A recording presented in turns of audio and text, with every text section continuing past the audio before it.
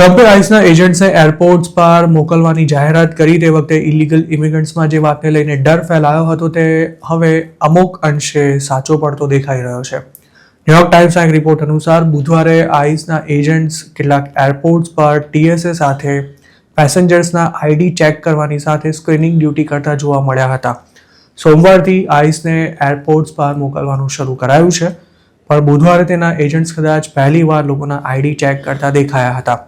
DHSએ પણ આઈસના agents ID check કરી રહ્યા હોવાનું કન્ફર્મ કર્યું છે. જોકે છેલ્લા 3 દિવસમાં કોઈ ઇલીગલ ઇમિગ્રન્ટની એરપોર્ટ પરથી ધરપકડ કરાઈ છે કે કેમ તેના કોઈ સમાચાર નથી. DHSના આસિસ્ટન્ટ સેક્રેટરી લોરેન બીસે એક સ્ટેટમેન્ટમાં જણાવ્યું હતું કે આઈસના ઓફિસર્સ એન્ટ્રન્સ અને એક્ઝિટ પર પહેરો આપવાની સાથે ક્રાઉડને પણ કંટ્રોલ કરી રહ્યા છે.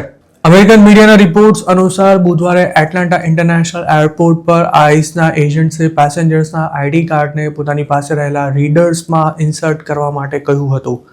તેઓ કમ્પ્યુટર સ્ક્રીન પર લોકોની આઈડેન્ટિટી વેરીફાઈ કરતા હતા અને પછી તેમને સ્કેનિંગ ઇક્વિપમેન્ટ તરફ આગળ વધવા માટે જણાવતા હતા.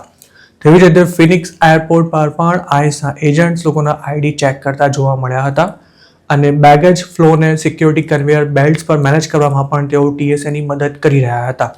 ન્યુયોર્કના લગાર્ડિયા એરપોર્ટ પરથી ટ્રાવેલ કરનારા એક પેસેન્જરે ન્યુયોર્ક ટાઈમ્સને જણાવ્યું હતું કે TSAના પ્રી ચેકમાં આઈસના એજન્ટે તેનું ID માંગ્યું હતું.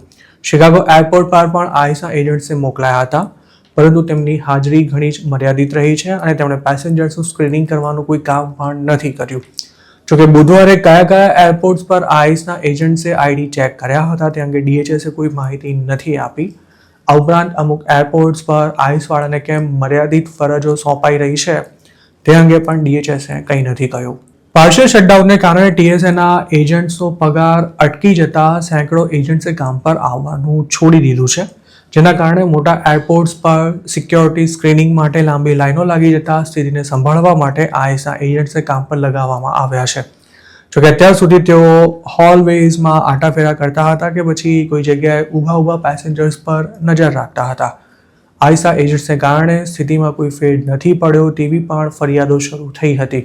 આ ઉપરાંત અનડોક્યુમેન્ટેડ ઇમિગ્રન્ટ્સને એવું લાગી રહ્યું છે કે આઈસના એજન્ટ્સ તેમને ટાર્ગેટ બનાવી શકે છે, જેના કારણે ઘણાએ તો પોતાના ટ્રાવેલ પ્લાન પણ પડતા મૂક્યા છે.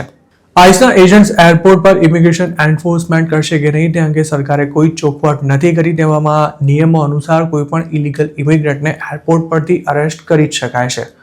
TSAના એજન્ટ્સ પાસેથી મળેલી બાતમીના આધારે આઈસ દ્વારા એરપોર્ટ પરથી કોઈની ધરપકડ કરાઈ હોય તેવા પણ કેટલાક કેસ છેલ્લા 6 મહિનામાં બની ચૂક્યા છે, જેમાં બોસ્ટન એરપોર્ટ પરથી એક કોલેજ ગર્લની ધરપકડ કરાયાનો મામલો ખાસો ચર્ચાસ્પદ બન્યો હતો.